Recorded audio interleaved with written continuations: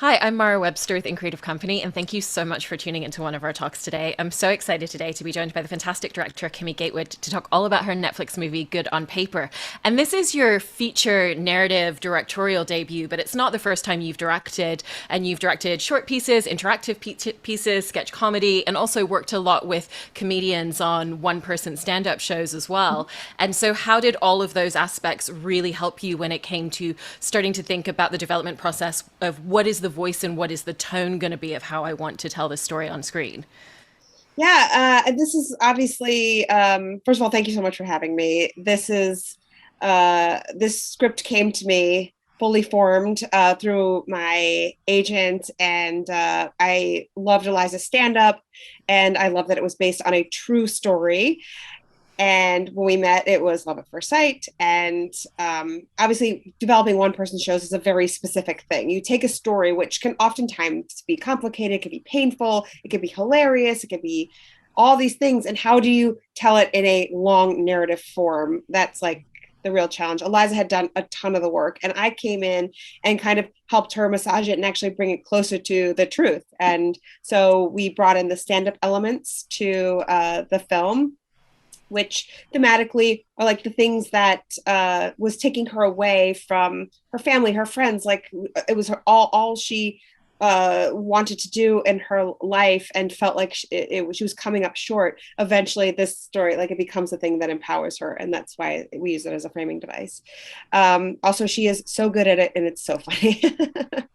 And obviously, coming from a sketch comedy indie background, on a I can work very fast, which we had 17 days to shoot this. So we were able to move quickly and be resourceful. So we spent our money on the things that we needed to, and pulled from the beautiful community of comedians and independent filmmakers that I leaned on for so many years to make this awesome movie. And you mentioned there the use of Eliza's stand up. And what I love about the introduction of that and the way that it is kind of peppered throughout the entire film is that it's not there as a gimmick and a pull away. It's really there to enhance the story that you're telling on screen. So, did the two of you always have a sense of exactly what the pieces were going to be, how long you wanted to dip into it? Because there's moments where there's a little bit more of a set, there's moments where it's just a flicker of her on stage, but again, it still adds something to the scene before. Or did certain elements and aspects of that come together a little bit more in post production as you were finessing it out there? Yeah, a lot of it was scripted in advance. However, when we did everything at the Comedy Store, which was totally awesome because that's where she performs all the time. Um, a lot of it was scripted. However, when she was in the moment, we would talk about what scenes were before and after, and she started to kind of riff and improvise based off of that. And so, like, the bit about the stepfather kind of came to her in the moment and ended up being one of the funniest jokes, in my opinion. And I, some of it did come from massaging it in post, because sometimes you felt like, okay, this just needs to be like a quick little pop here, kind of checking in with her. And then other times it felt like this can help us then talk about more of the broader themes that we're digging into. And when it comes to improvisation in the film overall, it's very clear that this is a very tightly and very specifically scripted project, but that there was definitely, it seems like from the outside, at least in watching it, that there was definitely some freedom to play around to find a lot of the moments between the dialogue as well. And especially given your own background in that realm as well, what was the space that you wanted to create to have that freedom and to have that there, but always bearing in mind that you knew exactly what the directive of a scene was, particularly when you're working with casts that are so adept at it, like Iliza, Ryan, and Margaret? Mm-hmm. Yeah, I think a lot of improv that we did was actually in pre-production. So we did read-throughs, we did rehearsals together, and we worked out a lot of the jokes in that space where we weren't low on time or spending money. And so that created a lot of space. It was the chemistry. They solidified their characters so that when we came onto set, it was much more specific and organized kind of improv. So, I think those micro moments, like you're talking about, when they run out to the car and are screaming like, "What was that?" Like none of that is scripted, but it's those moments that when you're running somewhere, it's like, yes, do whatever you would now normally do after you discovered like your boyfriend is totally lying to you. And finding those moments like so that it comes out naturally. You can always tell when an actor is not connecting with a line if it just doesn't sound right out of them, or if they're the flow is off, the musicality of the language is off. So since Iliza was the writer, what we would do is if something wasn't working, we would rework the script real quick and then incorporate like use the actors' ideas as well, and they could improvise as they like. You know, Beth Dover is an actor of the film, and she's a hilarious improviser as well as Rebecca Johnson. So she added, just little bits and pieces, little buttons that I think really make fantastic jokes in the scene. And when it comes to Eliza's character, I really appreciated the fact that she doesn't end up with someone who's maybe not giving her the full facet of truth because she's looking to fulfill something with herself within him. She's a fully fledged person. She's got so many different facets and layers, and she has her self-worth already fully intact. Was that something that was really important to the two of you to ensure that every single beat of the story reflected that? Yeah, I think it's really refreshing to see a character like this in a romantic comedy or romantic con, rom con, which I really liked their marketing in that. Yeah, I think to me, the reason I became a director is to tell stories about complicated women. And a story like this is normally told from the man's point of view. The sociopath is usually the star of these films. And I think it's really remarkable to see a woman how a smart, intelligent, funny woman would get in a situation like this. And it's because somebody took advantage of humans inherently trust other humans. And this guy really took advantage of the fact that, humans are innately trustful of others. So I think it was awesome to see someone who's self-assured, complicated, a little jealous, like messy, but not like a hot mess, on camera tripping all over herself, fall for this guy who, she thought she was making the right decision, and ultimately had to deal with real consequences, which I also loved. And exactly to your point of telling the story through her perspective, that really carries through into the way that you've directed it, the way that you're bringing us into the story with the camera and a lot of the angles and placement of that. And so how did you want that to be reflected in a lot of those choices when you were starting to storyboard it out? And then how did you want to flip that once you have the moment where we get to see a little bit of the story through Dennis's perspective later on? Yeah, the audience really needs to buy into why she fell in love with him. So the beginning of this film it feels like, to me, like a rom-com in a way, like just an offbeat rom-com where it's this really nice guy and you're like, well, he's just like a nice friend, but like, who wants to date this guy? What a dork. And then as we kind of get into it, it becomes a little more, we slowly let the audience in on, maybe this guy isn't somebody you should trust.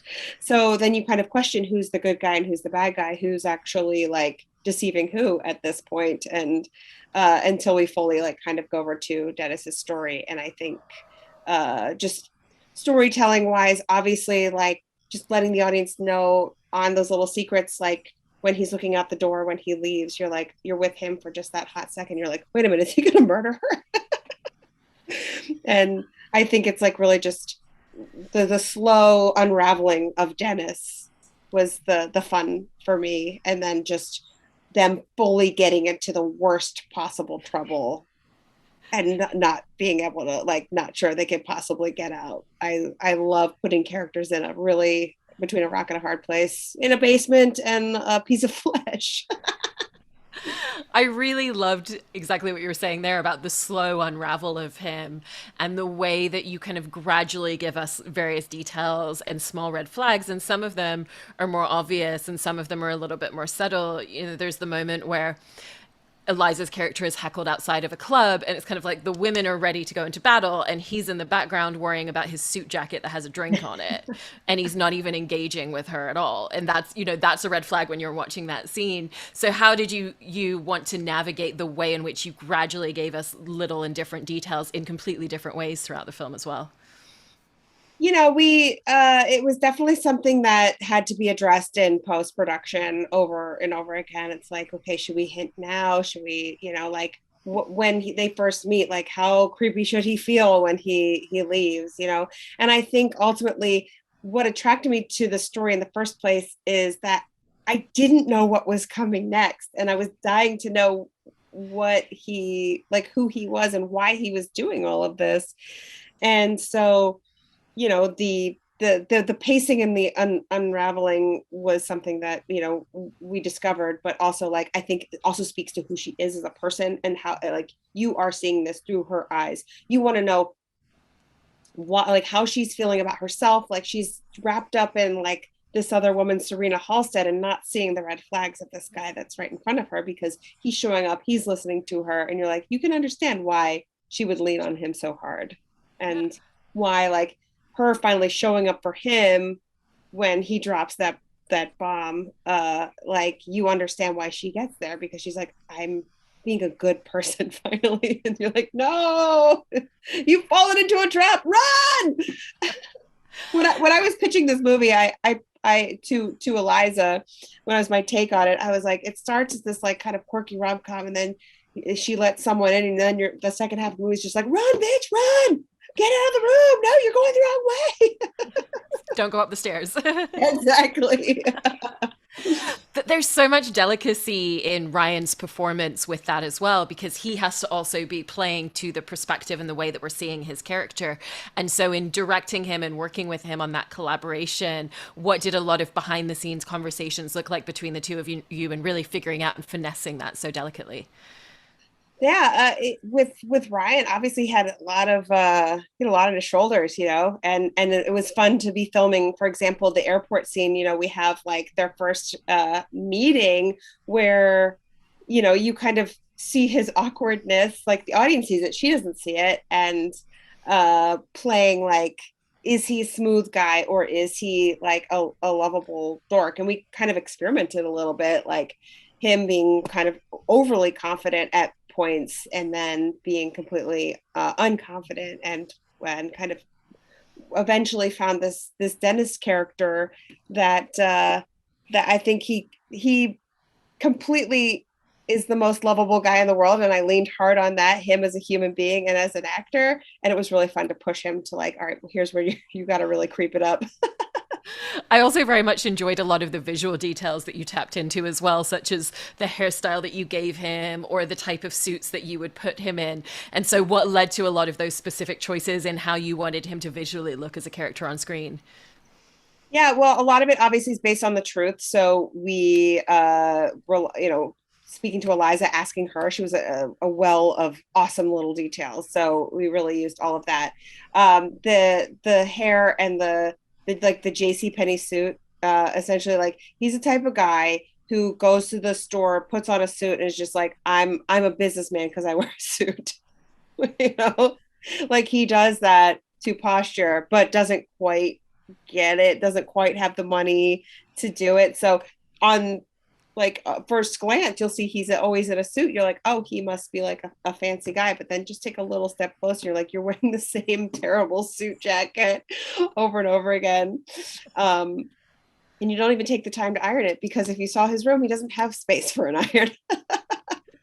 So it's like thinking about like his actual life. Where would he put these things? How many things could he really own? And then obviously Ryan Hansen, the actor, is a very attractive guy, and so we had to put him in a fat suit, and it was his idea to have teeth, because I mean he's got a glorious Hollywood smile. We're like, we gotta muck you up. And when it comes to all of the supporting characters in the film as well, there's a real consciousness in the way that they're fleshed out, and they all have agency where they could exist without the other characters, and none of them exist purely to support another character's story. So how did you make sure that that was always the case whenever you were bringing another character onto screen? I love your line of questioning. Thank you so much. This is truly the best interview I've ever had. It's so thoughtful, and thank you. Um, I think that is the power of female filmmakers is being able to see female characters for what they have to offer each other. And also, I obviously I'm an actor myself, and I truly feel like every character that exists on a screen has like they have their own backstories, they have their own existence. So we talk about it. We, for the limited time that we can, like we'll talk about it, and it's just really for me working with the actors and giving them agency to make choices that are specific and interesting and not just like I've definitely played my fair share of like, I mean, I play a coach on Atypical where a lot of my job is just like, hey, Casey, get it together. But they also let me bring my own, jokes and takes to it, which I think is what makes it more specific. So, I like to welcome actors' ideas. And luckily, I was able to tap into a lot of my comedy community friends to show up. And they always come in with a really fun, funny take on their characters.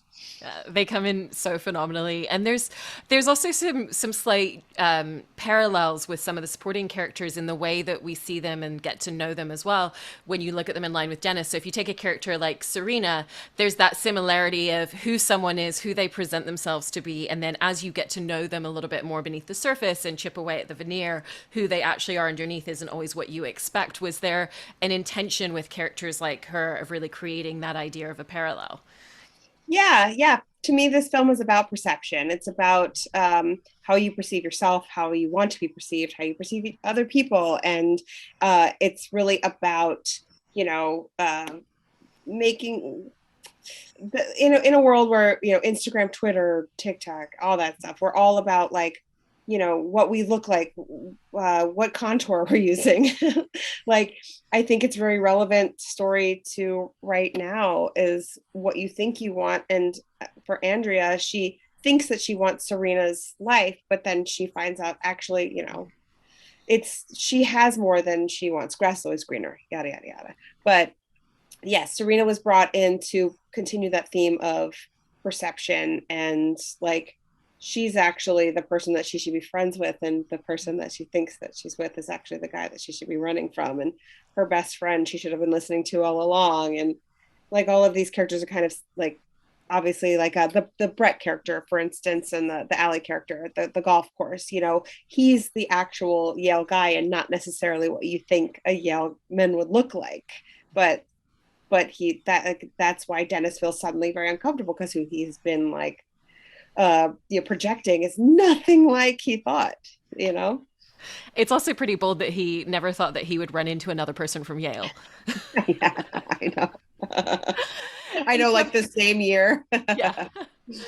Jumping back to that scene outside of the club as well with the heckling, there's a lot of moments in the film that have commentary beyond what's happening in the scene. And with that, there's obviously that perception that sometimes persists that shouldn't, of women can't be funny. And especially when you look at that scene and the fact that you're directing it, you've got Iliza there, you've got Margaret there. Did the three of you have any conversations about what it was that you really wanted to communicate in that scene in rebuttal to what this person's saying? Well, I think that was like a mishmash of things that have really happened to Iliza, and Margaret and I can attest that that is also, happened to us in some shape or form. And we didn't have too many discussions for that scene in particular, but we did talk about like the struggles of just what people suppose a female comedian is going to be, what they think that they're going to talk about. And, like Iliza's had just some crazy stuff happen to her, like, stalkers and people, like a guy licked her ear once. Like there's like so many weird stories, and like the boundaries of like living in that world. I think it was really fun to see like, okay, so she seems like a person who's really got it together, but this is also like something else she has to deal with. So like that's the bad guy. She doesn't see the bad guy that's right next to her. So it's thematic, like in a broader sense of women in comedy. It was just a small nod to that it still exists. Guess what? Sexism still exists. Shocker. It's weird. I keep forgetting. There was a moment where you've talked about a directing job that you were up for a while back that your husband actually put you forward for. That was a really big tipping point for you in your career, and especially at that point, there were still outside voices going, you need to really stay in your lane. It's going to be confusing for people if you're jumping around, if you're acting, if you're doing comedy, if you're also directing. And when you kind of ended up putting yourself forward and jumping into that job, and especially with the doors that then opened, how has that really shifted and changed and evolved the way that you have since thought about your own career and your own place within the industry? I feel I'm very grateful for that moment because I was directing for a long time, but nobody had ever put a label on it. And it's those strange things like labels that if you that are our enemy, but are also our best friend. Because I was writing for many, many years. I was directing for many, many years. I'm working on somebody's show. I was directing their show, you know? So I was very grateful that, my most trusted human being saw that and was like, just gave me that little push forward to really make a go at it. Because I had people say like, oh, it's too hard and you won't, you won't be able to get in the door. And I was, that particular moment really just stands out to me as something that changed everything. And then the next version of that, and it was really hard. I won't fall anyway for that. But what happened next was I was about to leave the industry and become an executive producer for a podcast network. And that's the same week I got the audition for Glow. And Glow truly changed everything for me because I suddenly had visibility in the industry. So weirdly enough, my acting job on Glow has helped my directing career and really solidified to me that being a part of a female ensemble cast like Glow was life changing because every character was taken care of, thought of, had a rich history, whether you saw it big storylines or little. And it also gave me the confidence that I want to tell more stories like that. And the only person that can advocate for those stories is me. So I need to, if I want to tell more stories like that, if I want to see more content like that, I need to advocate for them. And that means getting behind the camera. And Glow also had such an incredible breadth of directors, whether it was someone like Lynn Shelton, who came from television and independent film, or, having Alison Brie as a castmate directing you. And so what are the things that you found yourself starting to really observe in a lot of other directors that you then wanted to carry through to your own directing style?